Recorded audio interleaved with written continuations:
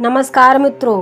भारत एक बहुत बड़ी आबादी वाला देश और शुरुआत से ही हमारे भारत देश में गरीब अमीर, हिंदू मुस्लिम सिख ईसाई सभी धर्मों के लोग रहते हुए आए हैं। वह एक ऐसा दौर था जब भारत में मुगलों का राज हुआ करता था और फिर अंग्रेज भारत आए और आ करके चले भी गए।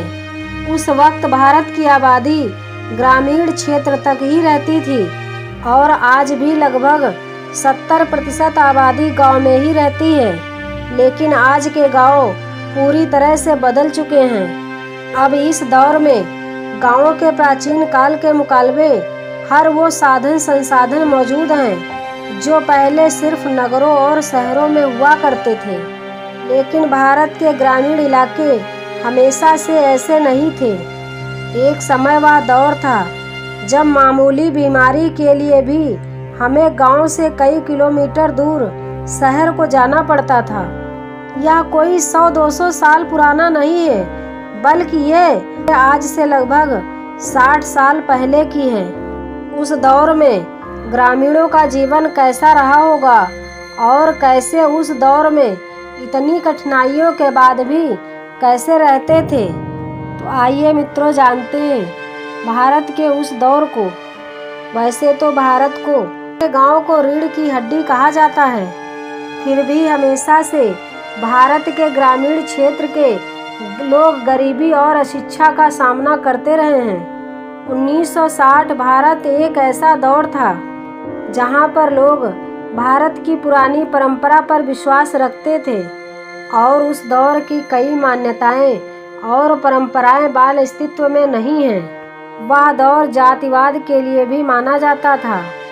आज से लगभग 60 साल पहले भारत के गांवों में छुआछूत की भावना बहुत ही ज़्यादा चलता था। जैसे कि दलित जाति को मंदिर और सार्वजनिक जगहों पर पानी और शिक्षा जैसे स्थानों पर पूर्णतः रोक थी, क्योंकि लोगों में उस वक्त वही रूढ़वादी मानसिकता मौजूद थी जहां गरीब और दलित लोगों को बोलने का कोई भी हक नहीं था। आज से लगभग 60 साल पहले भारत के गांव में पंचायती राज थे, जहां गांव के सभी पंचायत मिलकर एक फैसला करते थे और वही फैसला मान्य होता था। ज़्यादातर लड़ाई झगड़े गांवों की पंचायत में ही खत्म हो जाते थे। उस वक्त के लोग ज़्यादातर कोर्ट कचहरी के चक्कर में नहीं पड़ते थे। लोगों का जीवन उस वक्त साधारण हुआ करता था। गांव के लोग खेती में ही अपना संपूर्ण समय व्यतीत करते थे, जैसे कि जंगल से लकड़ी बीनना और पशुओं को चराना भी उनका एक काम था। उस दौर में तांगे और बैलगाड़ी से लोग इधर उधर आया जाया करते थे। किसी ने भी कल्पना नहीं की होगी कि भारत में सार रहे तांगे और बैलगाड़ी कुछ दिन बाद नजर ही नहीं आएंगे। 1960 तक खासकर तांगे और बैलगाड़ी का चलन ग्रामीण क्षेत्रों में ही रहा। उस दौर के लोगों का पहनावा एकदम साधारण था। आदमी लोग धोती कुर्ता पहनते थे और साथ में गमछा भी लेते थे। वहीं पर महिलाएं धोती ब्लाउज और कमीज भी पहनती थीं। उस दौर के लोगों के पास उतना पैसा नहीं होता था, फिर भी लोग अपना जीवन खुशी खुशी गुजार लेते थे। वो दौर तो ब्लैक एंड वाइट थे, लेकिन लोगों की ज़िंदगी रंगीन हुआ करती थी। आज का दौर रंगीन है, लेकिन हर लोगों की ज़िंदगी ब्लैक एंड वाइट हो गई है। ऐसा आखिर क्या था उस दौर में? आज से लगभग 60 साल पहले भारत में महंगाई क्या रही होगी और उस दौर के लोगों की कमाई कितनी होगी?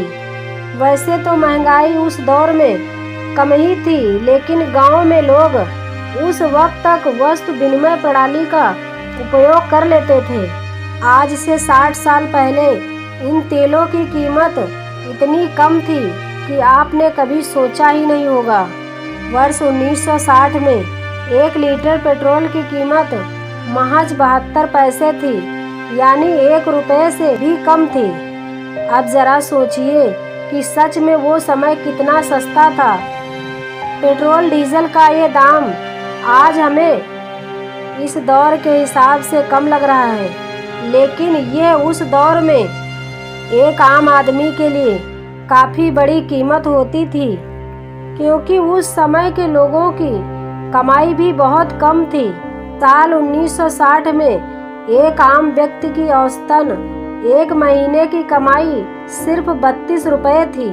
उस समय एक व्यक्ति एक दिन में लगभग 1 रुपये ही कमा पाता था। 1960 के दौर में भारत की जीडीपी दुनिया में सबसे नीची थी। इन्हीं कारणों से वस्तुओं के दाम भी कमाई के अनुसार ही थे। कहा जाता है उस वक्त में भारत के 5 रुपये अमेरिका के $1 के बराबर थे और आज का यही आंकड़ा लगभग 81 और 1 का है। और देखा जाए तो जैसे जैसे कमाई बढ़ती गई वैसे वैसे महंगाई भी बढ़ती गई। उस दौर में 10 ग्राम सोने की कीमत सिर्फ 112 रुपये थी, यानी कि उस दौर के 100 रुपये और आज के 50,000 रुपये दोनों बराबर हैं। वर्ष 1960 में 1 किलो घी की कीमत महज 95 पैसे थी। वहीं आटा 15 पैसे प्रति किलो में मिलता था, दाल 25 पैसे और दूध 12 पैसे पर केजी के हिसाब से मिलता था। और उस समय माचिस के एक बॉक्स की कीमत महज 2 पैसे थी। और उस जमाने में हमारे घरों में बिजली नहीं हुआ करती थी। तब लोग केरोसिन का उपयोग दिया और लालटेन जलाकर किया करते थे, और कभी कभी लोग टॉर्च का भी उपयोग कर लेते थे। इसीलिए टॉर्च की कीमत थोड़ी महंगी होती थी। वर्ष 1960 के आसपास एक साधारण टॉर्च की कीमत 1 रुपये होती थी। मित्रों, ये आंकड़ा थोड़ा सा कम ज़्यादा हो सकता है। 1960 में एक साइकिल की कीमत लगभग 20 रुपये की थी। और कहा जाता है ना तो ज़्यादा टेलीविज़न थे और ना भी कोई न्यूज़ चैनल था। लोग अधिकतर अखबार ही पढ़ लेते थे। साल 1960 में एक न्यूज़पेपर की कीमत मात्र 15 पैसे थी। अगर आज किसी को भी मिनिमम प्राइस पर कार खरीदनी होती है तो कम से कम 4 या 5 लाख रुपए खर्च करने पड़ेंगे, लेकिन उस दौर में एक कार की कीमत लगभग 30,000 रुपये होती थी।